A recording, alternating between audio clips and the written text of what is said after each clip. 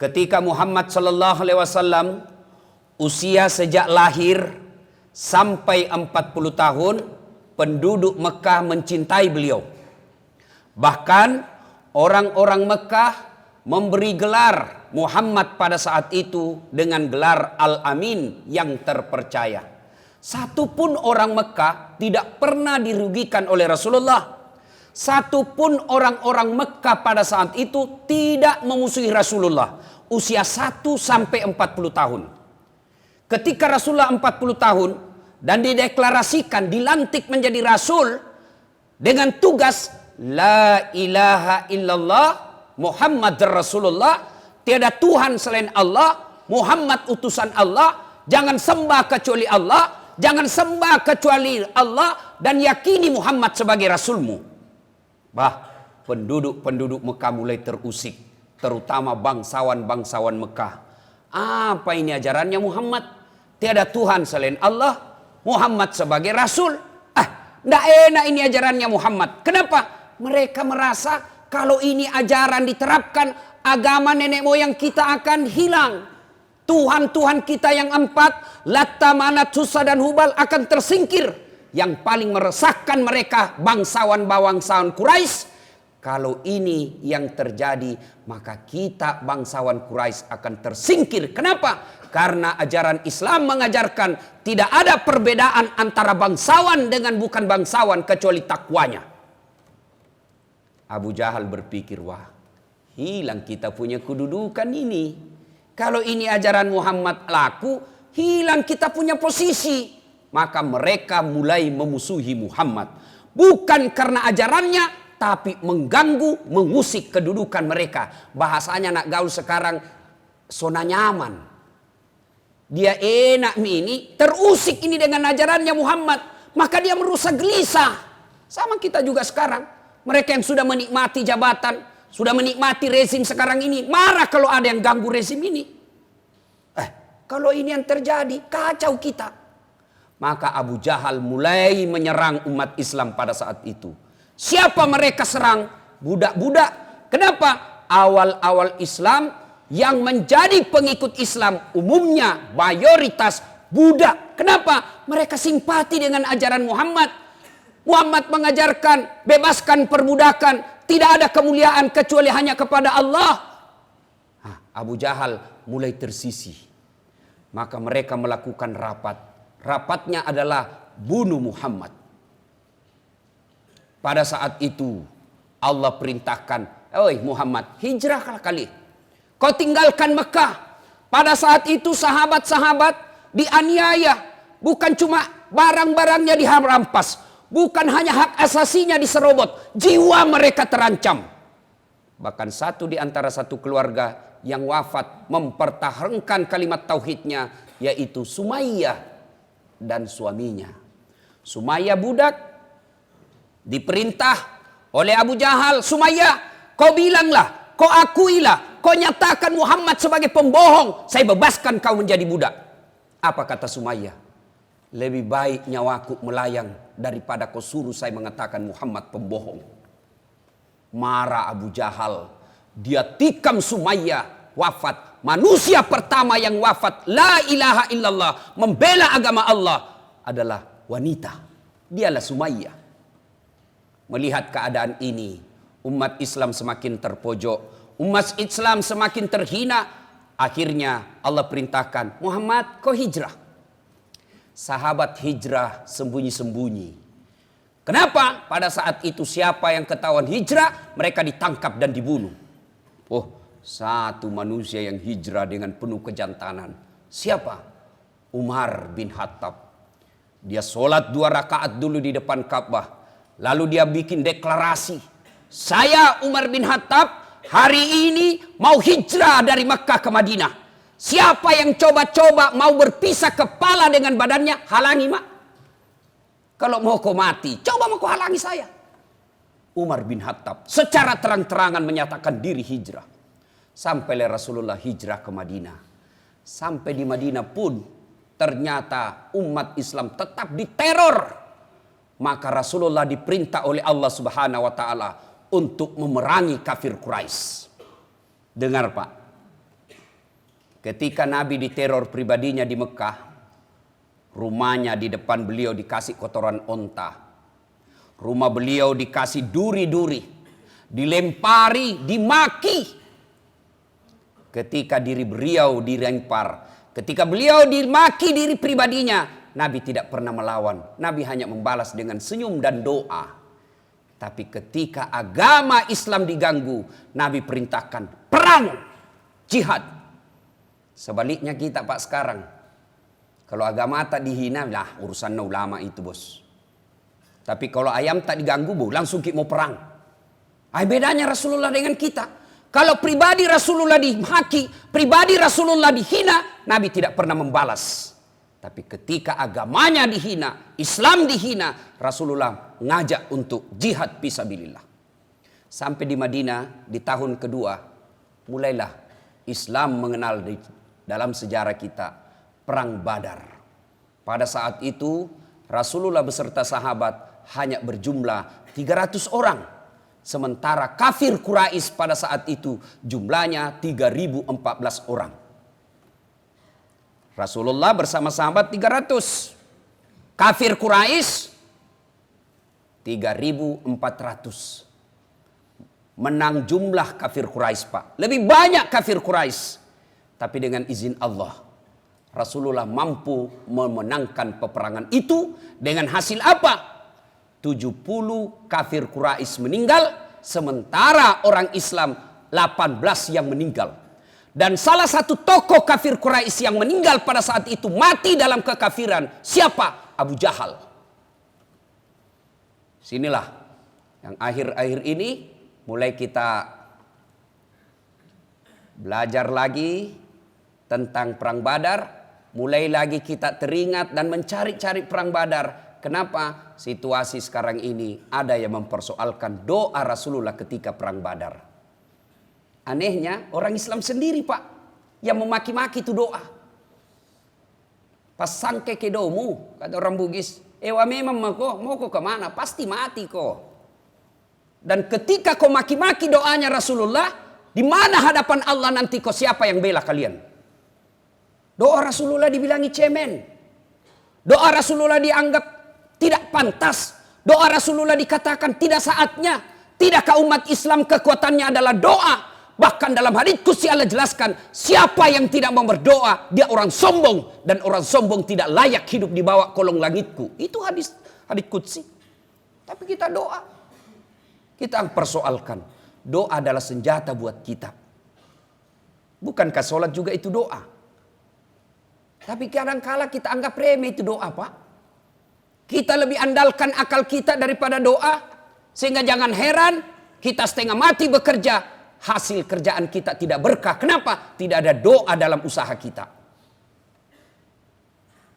Ada yang bertanya, setengah mati mak bekerja Ustaz. Kenapa usaha saya tidak berkah? Karena Bapak tidak mau berdoa.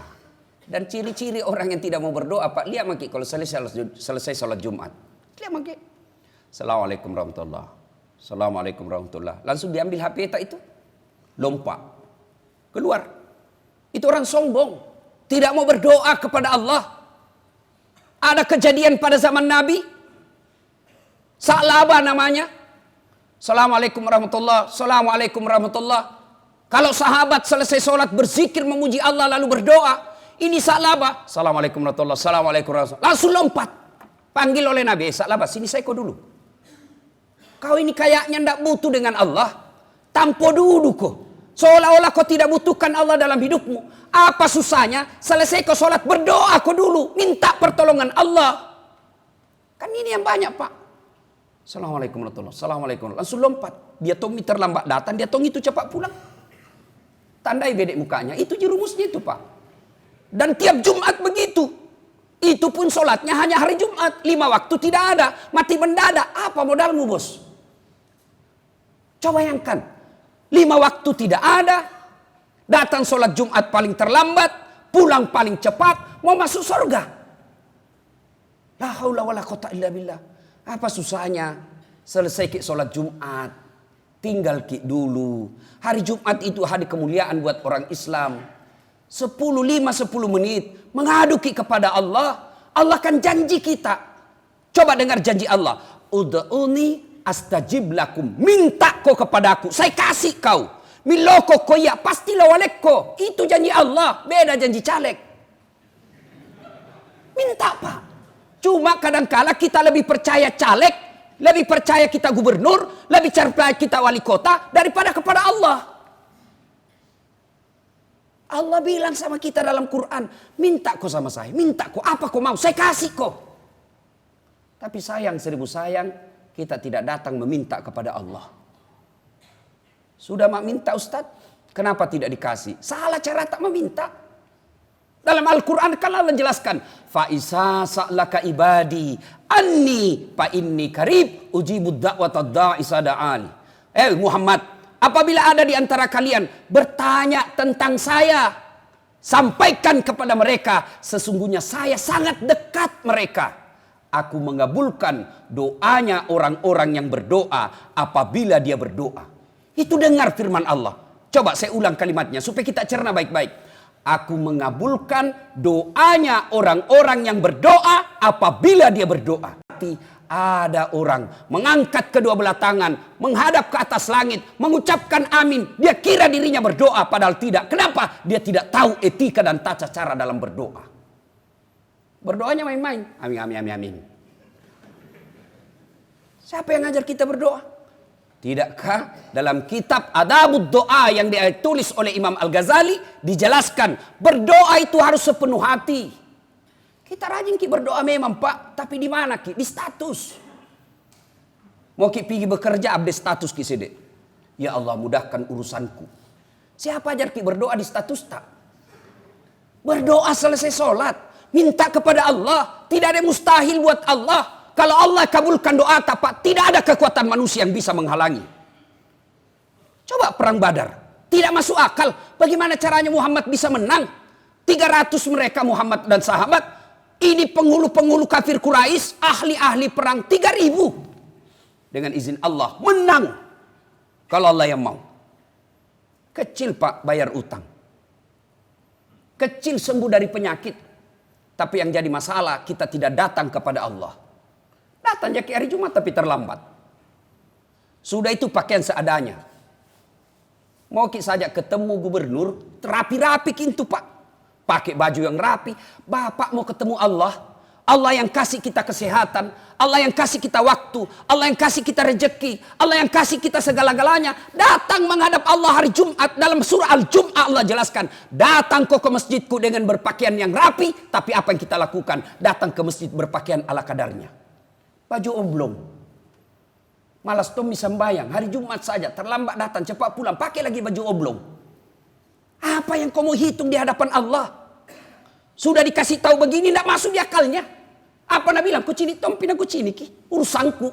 Kurugikan kau. Inilah orang disebut kaswatul qalbi. Maka doati.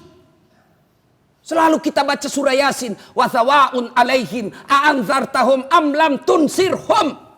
La yu'minun. Kau sampaikan ayat Allah atau tidak. Kau ceramai atau tidak. Kau nasihati atau tidak. Sama saja mereka tidak akan beriman. Ini mina kena ayatnya Allah. Pulang tidak ada perubahan.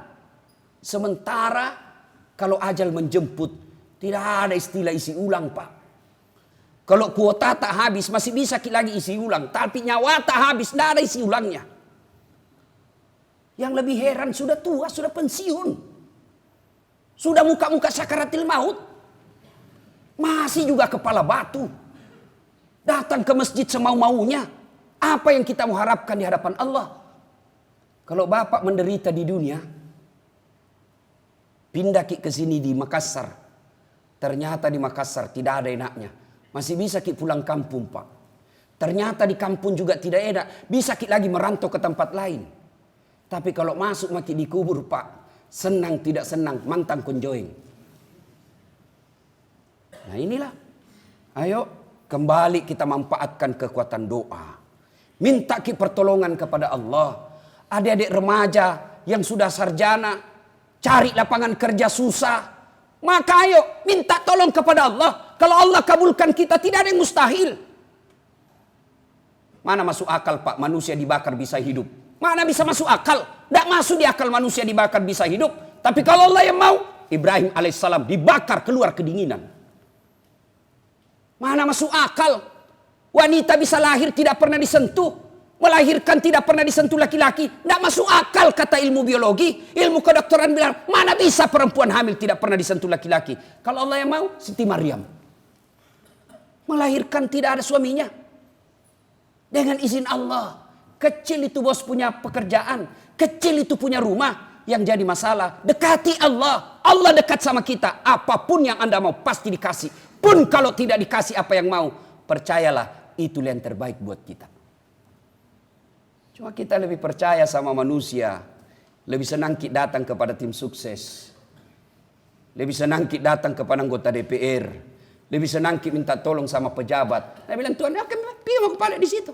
Urus dirimu. Kau lebih percaya sama itu temanmu yang pembohong daripada saya Tuhanmu. Allah janji kita, Allah ajak kita setiap sholat. 5 waktu kita selalu nak panggil Allah. Hayya alal falah. Sini kok, sini. Itu karena Allah janji. Nak panggil kita Allah. Hayya alal salah. Sini kok sembahyang. Hayya alal falah. Sini kok, saya kasih kau kemenangan. Allah ajak kita, sini, saya kasih kau kemenangan. Hayya alal falah itu kan artinya, mari, saya kasih kau kemenangan. Allah panggil kita, tapi sengaja aja kita tinggal di luar. Sebentar pi masuk, masih lama itu khutbah baru habis. Bagaimana Allah mau memperbaiki hidup kita? Sidang Jumat yang saya muliakan. Mudah-mudahan Jumat kali ini menjadi evaluasi buat kita. Allah Subhanahu wa taala sudah janjikan, kau datang kepadaku, saya kasih kau apa yang kau mau. Pun kalau saya tidak kasih apa yang kau mau, jangan pernah buruk sangka. Berarti apa yang kau minta tidak baik buat kalian. Memulai perbaikan ini, memulai perbaikan itu, ayo Jumat depan kita datang lebih awal Pak. Datang lebih awal. Sunnahnya itu hari Jumat, datang lebih awal. Kita catat baik-baik dalam hati kita. Jumat depan datang lebih awal. Sunnah mandi dulu. Kenapa ketika kita mau pergi Balikpapan, mau pergi naik pesawat, Bapak luangkan mandi. Tapi kenapa ketika mau menghadap kepada Allah, Bapak malas mandi? Itu setan yang goda ki. Jam aku mandi. Bisa gitu, pi sembahyang. Setan itu goda ki. Sunnah mandi dulu. Apalagi sunnah wudhu baru tinggalkan rumah. Orang yang wudhu baru tinggalkan rumah, langkah-langkah kakinya, satu pahala kaki kanannya. Langkah kaki kirinya, hapus dosa kecilnya. Bayangkan kalau 300 meter dari rumah masjid. Kali PP 600 meter. Berapa dosa yang terhapuskan dosa-dosa kecil kita. Maka wudhu dulu. Sudah itu disunahkan lagi berpakaian yang indah. Yang keempat, pakai kewangi-wangian. Sunnah memakai wangi-wangian. Yang berikutnya, datang lebih awal, duduk saf depan. Jadi tidak perlu lagi itu MC. Mohon isi saf belakang, depan, maju-maju. Itu orang tidak beriman itu di masjid diajak-ajak begitu. Coba bedek kalau artis ada di depan tak Pak. Berlomba itu masuk. Kenapa ketika rahmat Allah kita raih, kasih sayang Allah kita harapkan, kita duduk paling belakang. Datang lebih awal, duduk paling depan. Sunnah lagi apa? Sholat sunnah dulu 2 rakaat sebelum duduk. Apalagi sunnah bersalawat. Allahumma salli ala Sayyidina Muhammad. Allahumma salli ala Sayyidina. Ucapkan itu sebanyak-banyaknya sambil menunggu khutbah. Sunnah lagi apa? Bersedekahlah pada hari itu. Biar 1000 Pak, sedekah. Masukkan ke celengan. Jangan pakai ituan di dompet belum tentu kita punya. Keluar hilang dompet tak. Pencuri punya. Tapi yang masuk ke celengan itu yang tidak bisa ambil orang. Hari Jumat bersedekahlah. Kemudian apa lagi? Pada hari itu banyak-banyaklah berdoa. Selesai sholat Jumat jangan langsung pulang. Tinggal sejenak 5-10 menit mengadu kepada Allah. Ya Allah, saya susah hidupku begini ya Allah. Saya masih tahan susah hidup begini ya Allah. Tapi saya takut nanti anak istriku kalau saya susah begini terus ya Allah. Mereka berkhianat kepadamu. Mereka tidak menyembahmu lagi. Itu kan doa. Coba ketika perang Badar itu kan doa Rasulullah. Ya Allah berikan kami kemenangan. Ya Allah tunaikan janjimu ya Allah. Kalau kami kalah, tidak ada lagi yang menyembahmu. Langsung ada mising orang bilang, kalau berarti kalah nanti ini, tidak ada yang harus sembahyang. Bukan begitu. Jangan kau berkomentar kalau kau tidak tahu. Diam kau. Minta kepada Allah.